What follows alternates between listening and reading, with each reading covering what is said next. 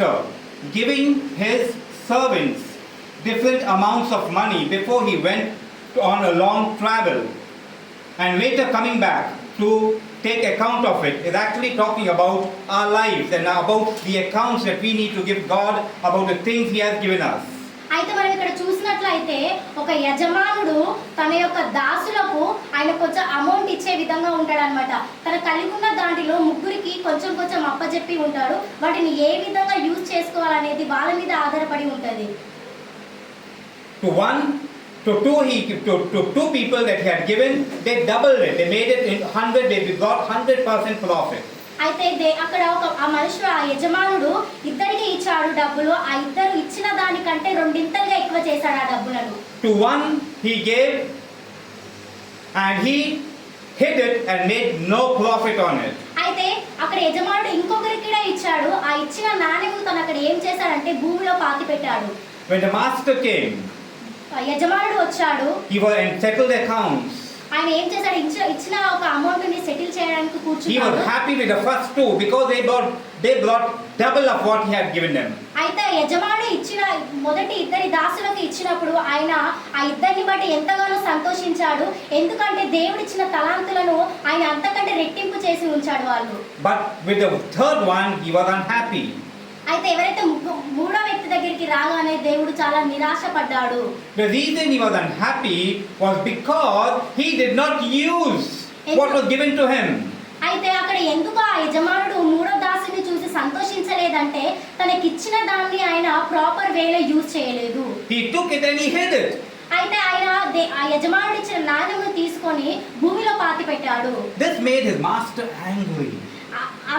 దాన్ని బట్టి ఆ యజమానుడు ఎంతగానో ఆ దాసుడి పైన కోపపడ్డాడు. We need to value what God gives us.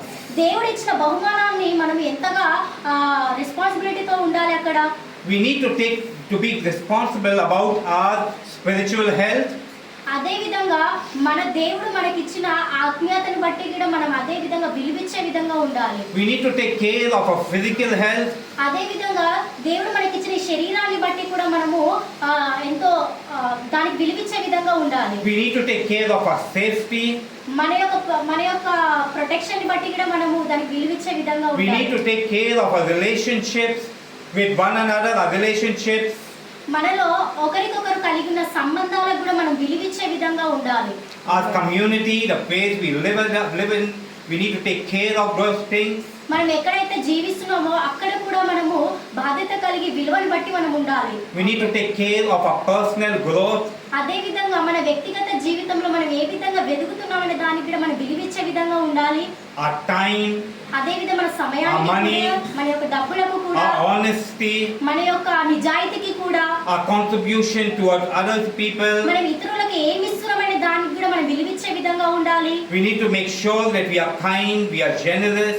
మనము మంచిగా ఉన్నామా, మనము ఒక కైండ్ హార్టెడ్ తో ఉన్నామా అనేది కూడా మనం We need to stand for social justice, for what is right in the society.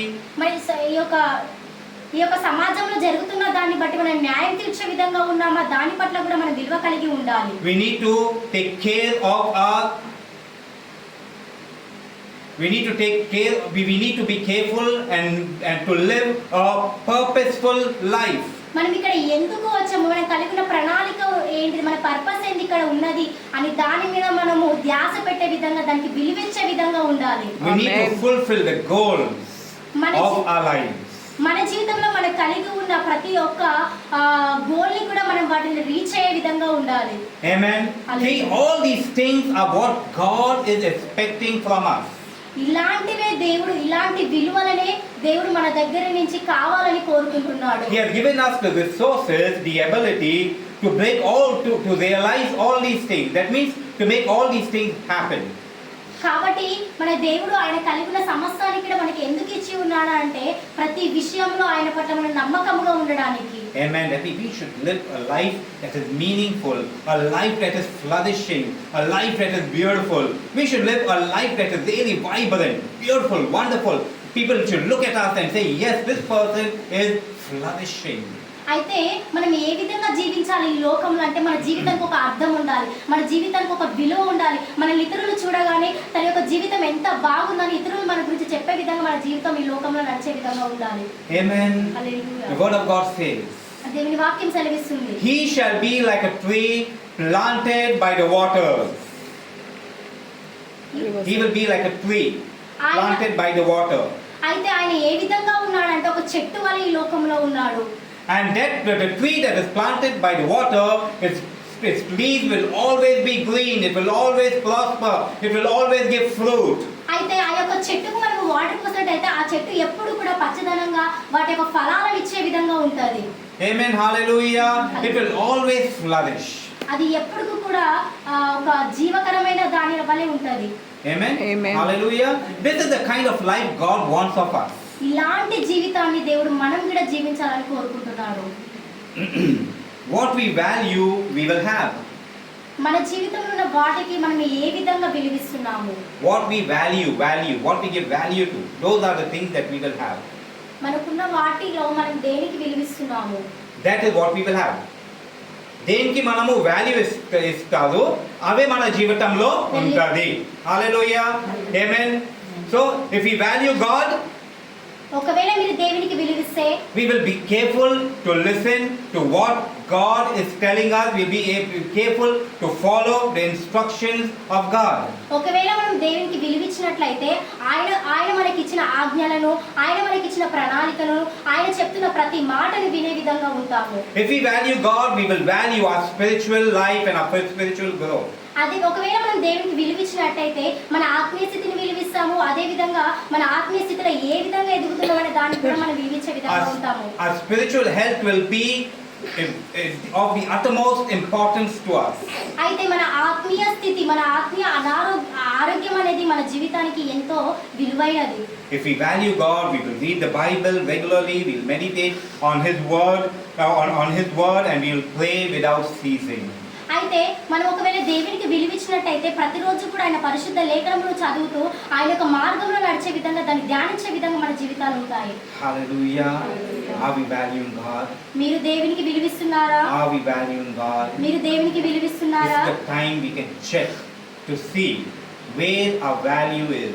ఇదే సరైన సమయము మనము ఓ దేవునికి నిజంగా విలువిస్తున్నామా లేదా అని మనల్ని మనం పరీక్షించుకునే సమయము. Amen. If we value God, we will certainly take care of our health, our time, our money, our honesty, our contribution towards others. అయితే మనం ఒకవేళ దేవునికి విలువిచ్చినట్లయితే మన సమయానికి, మన డబ్బులు, మన యొక్క కలిగి ఉన్న సంపదలు అన్నిటిలో కూడా ఆయనకు మనము విలువించే విధంగా ఉంటాము. Amen. We will be kind, we will be generous, we will make our life purposeful, useful to fulfill the goals of our life. అయితే మనం ఒకవేళ దేవునికి విలువించినట్లయితే, మన కలిగి ఉన్న సమస్తంలో విలువించినట్లయితే దేవుడు మనకు కలిగి ఉన్న వాటన్నిటిలో కూడా ఆయన ఆశీర్వదించే విధంగా ఉంటాడు. We have just heard of the story of the master giving 3 of his servants money before going on a journey. అయితే ఇక్కడ మనం చూసినట్లయితే ఒక యజమానుడు తను దూర ప్రయాణము చేసినప్పుడు తనకు కలిగి ఉన్న 3 దాసులకు ఆయన కలిగి ఉన్న సమస్తంలో కూడా నాణెములు ఇచ్చి ఉన్నాడు. 2 of them were bold. అయితే అక్కడ 2 దాసులు అయితే ఎంతో ధైర్యంగా ఉన్నారు. Let us see how the third person was.